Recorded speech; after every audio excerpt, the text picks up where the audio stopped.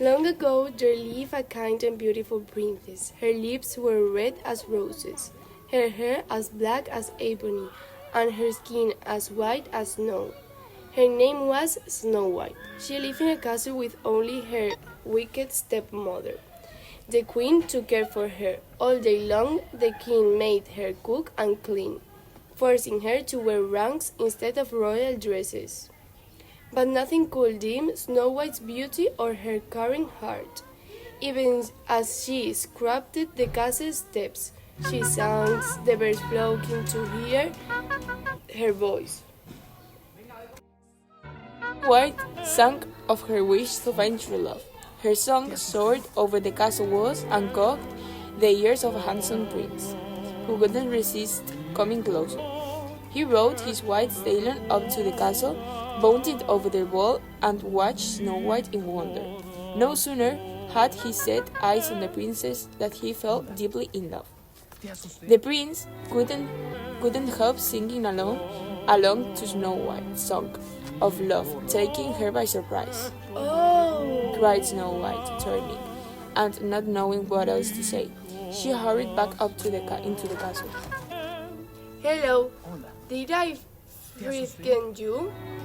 asked the princess. Wait, please don't run away. Now that I have found you, hear what I have to say." And he began to sing of his love as Snow White leaned down from the castle balcony and smiled. In a rage, the queen ordered the royal huntsman to come to her. "Take her into the forest," she said, speaking of Snow White. "Find some secluded glade there where she can pick wild flowers." "Yes, your majesty," said Huntsman. "And there, my faithful huntsman, you will kill her," snapped the queen. "But, your majesty," said Huntsman, "the little princess." The queen leaned forward. "Silence! You don't know the penalty if you fail," she snarled. "Yes, your majesty," the huntsman replied. "But to make doubly sure that you don't fail," the queen continued, clasping a climbing box, "bring back her heart in this." The huntsman felt he had no choice but to obey the queen's orders. He took Snow White deep into the forest, just as his mistress had commanded. There the princess picked white flowers and dreamed of the prince that she had met that morning. And while she gathered her flowers and sang to the birds, the huntsman crept up behind her, his danger drawn. As his shadow fell over her, Snow White turned and screamed. The dagger gleamed in the sunlight, a flash of metal. I can't do it. Forgive me," said the huntsman, dropping his dagger to the ground. "I beg you, your highness, forgive me," "I don't understand," said Snow White, falling back in the terror. "She's mad," said the huntsman. "jealous of you. She stopped at nothing." "But who?" asked Snow White. "The queen," replied the huntsman. "Now quick, child." Snow White turned and fled into the forest, but the deeper she went, the darker it became. Owls swooped overhead. A cloud of bats brushed against her face. Her cloak became tangled in the branches, which seemed to reach for her with a long, witch-like fingers.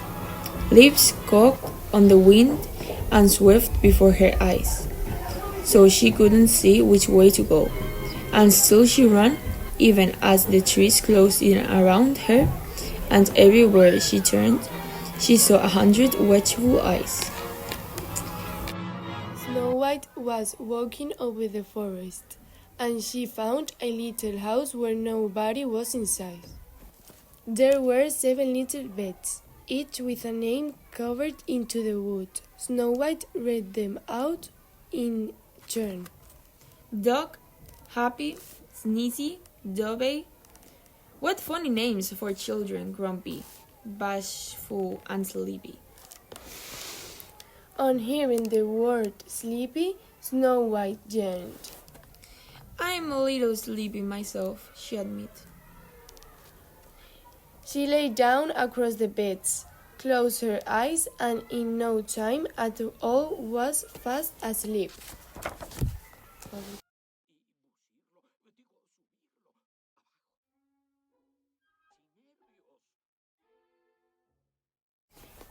But the cottage didn't belong to 7 untidy children. It was the home of 7 dwarfs. All day they had been hard at work, digging for diamonds and rubies and sapphires deep below the earth. And now pixies slunk over their shoulders. They were marching home as the sun set across the sky. As they marched, they sang and sung and whistled a tone. Whoa! And then called dog as their house came into view. Our house! The lights light! Oh, the lights lit! Jimmy Cricket! They all cried. The door's open! The chimney is smoking! Something in there! As they spoke, Snow White opened her eyes. Oh! She cried, seeing them all lined up at the foot of the bed. Why, you little man, how do you do? Now, don't tell me who you are. Let me guess. And she named each one in turn. We know who we are. Ask her who she is and what she is doing here. Demanded Grumpy. Oh, Said Snow White. how silly of me. I'm Snow White. The princess? Cried the dwarfs. Yes. Said Snow White. We're honored. Said Dog. Yes, we're mad as hornet. Said Grumpy, scowling at Dog. Tell her to get out.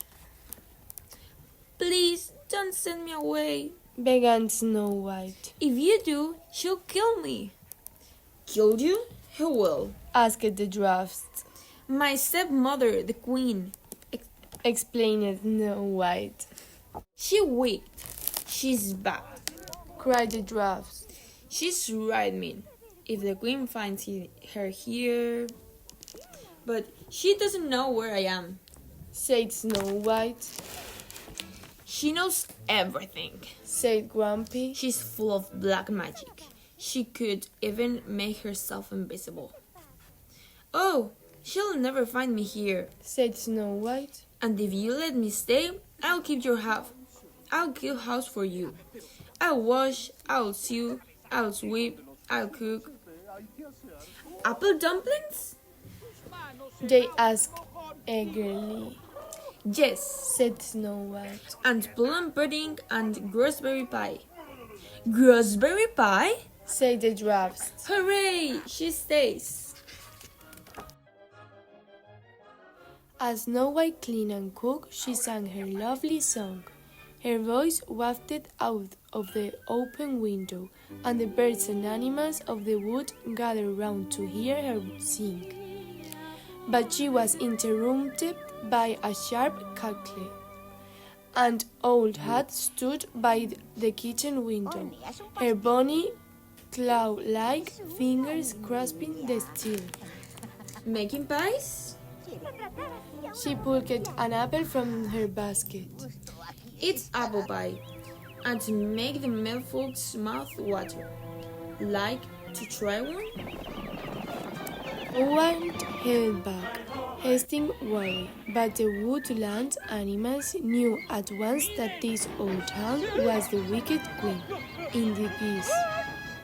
The birds flew down from their branches like a furious twittering cloud, and the deer and the chipmunks stomped around her, forcing her back. Shame on you, scolded Snow White. frightened a poor old lady. Oh, my head! Oh, my poor head! Croaked the hag. Take me into the house and let me to rest. A drink of water, please. Bravely Snow White put aside her fears and helped the old hag into the house. But at the very moment, the old hag was imploring Snow White to try the apple. This is not an ordinary apple. She whispered. It's a magic wishing apple. One bite and all your dreams will come true. Really? Asked Snow White. Yes, girlie. Said the hag.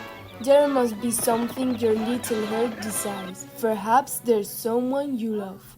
Now take a bite. Don't let the wish grow cold.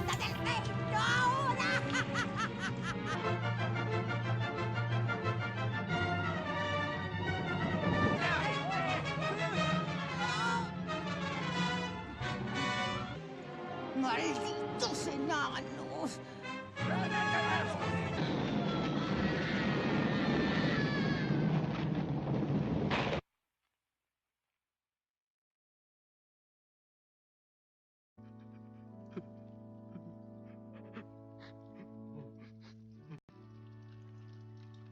At once the prince knew her for the princess from the castle, who he had sung to all those long months ago.